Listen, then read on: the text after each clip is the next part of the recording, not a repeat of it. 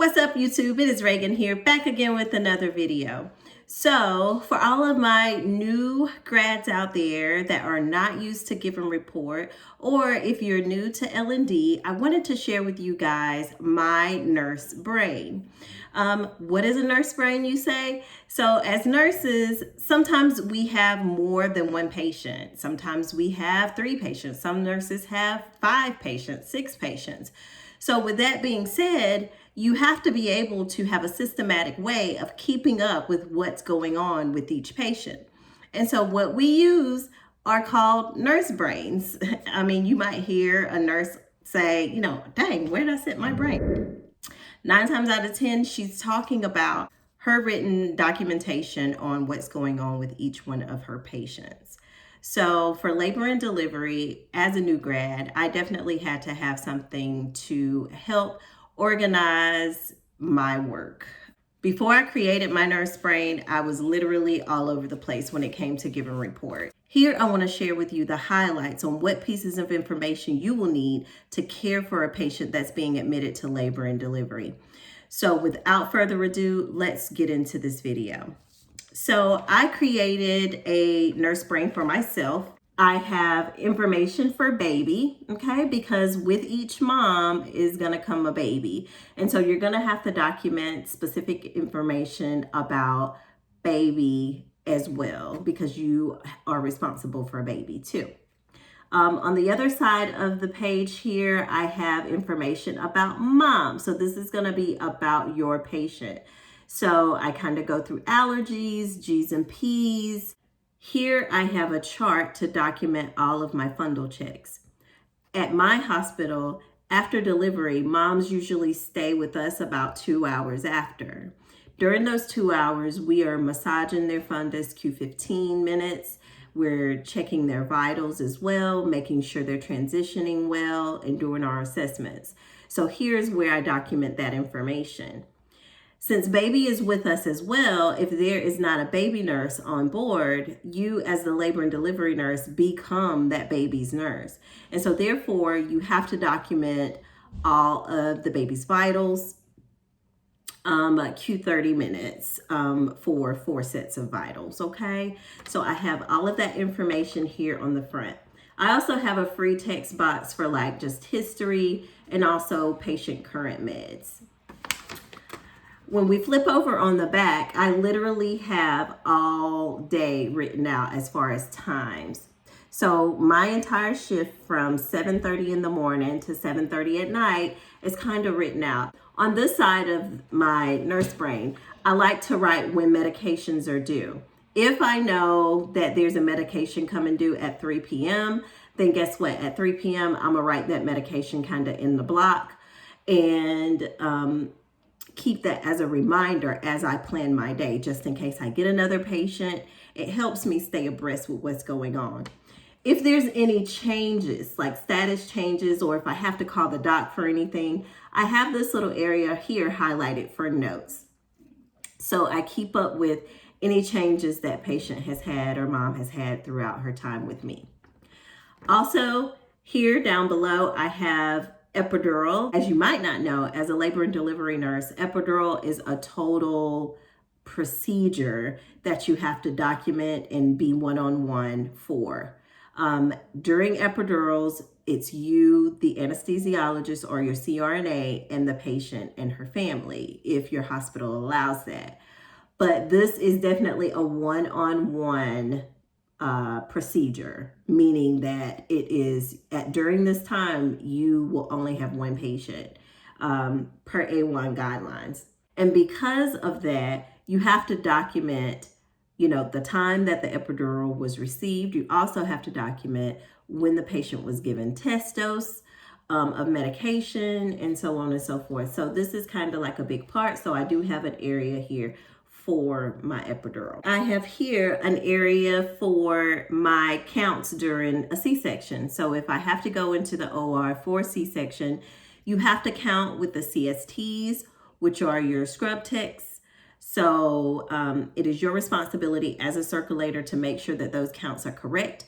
There's usually 4 counts throughout a C-section, so therefore I have 4 areas, and we document that there.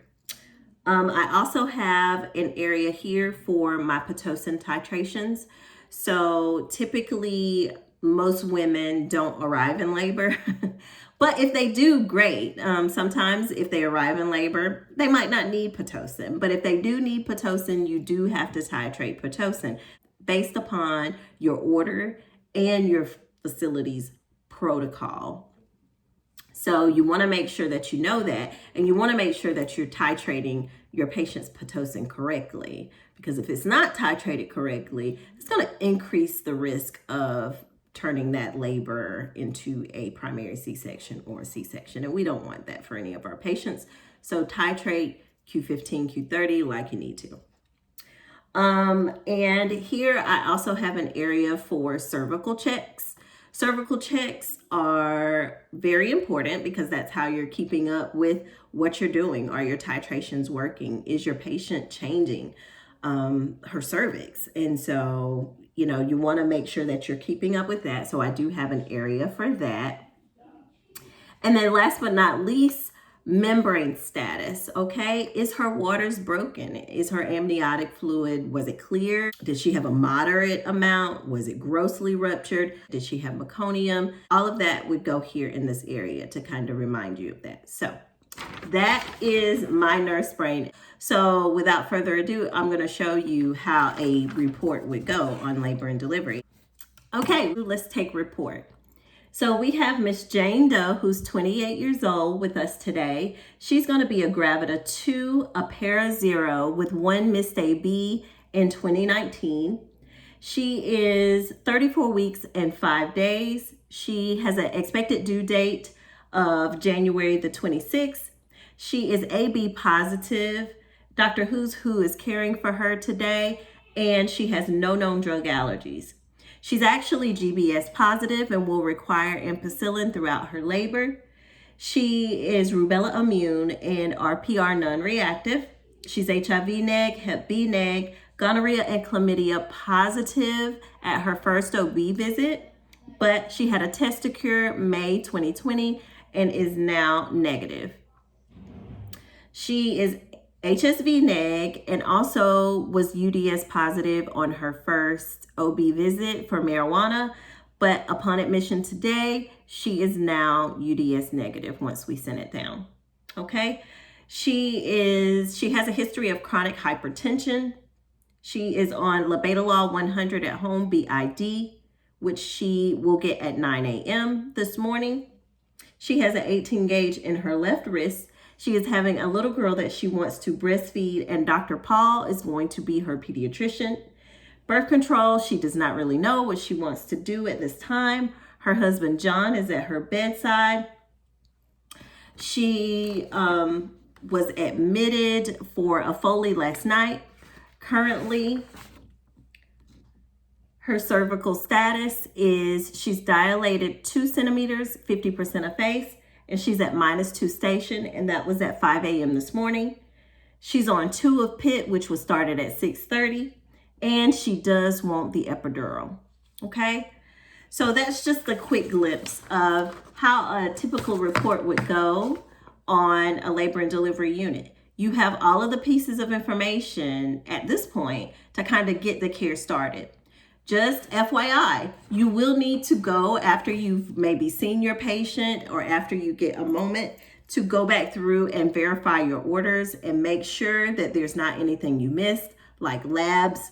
You want to make sure what the patient's hemoglobin is, what she's starting out at, what are her livers looking like since she is a chronic hypertensive patient, AST, ALT, uric acid. You want to look at those things to make sure that they're in normal ranges, or if there's something that has changed, make sure that it's reported to the physician as soon as possible.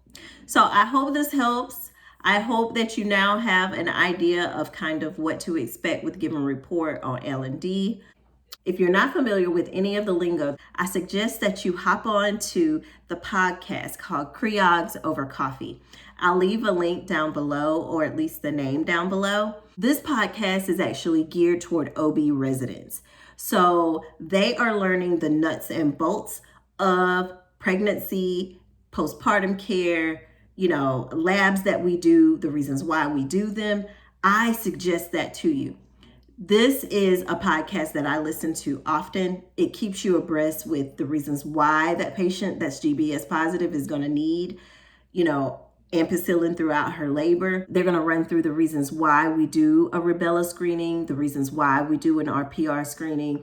They're going to do all of that for you. So I don't want to rob you of that because I would probably do it no justice. These guys rock. I suggest you download the podcast. If you're planning on being a labor and delivery nurse, jump in and learn what our new doctors that are up and coming are learning, because that will help us be more aware of the reasons why we are doing the skills that we're doing on our units. I hope this helps. Thank you for watching. Once again, I share videos on nursing, fashion, and family. If you're interested in any of that, definitely consider subscribing. I'd love having you here. If there's something that you would like for me to go over or that you would like more explanation about, definitely let me know. And thanks for watching. Bye. I forgot to tell you that I am linking my nurse brain below. So if you want a brief copy to make your own, feel free to download it and create your own nurse brain that's going to help you be successful on your unit.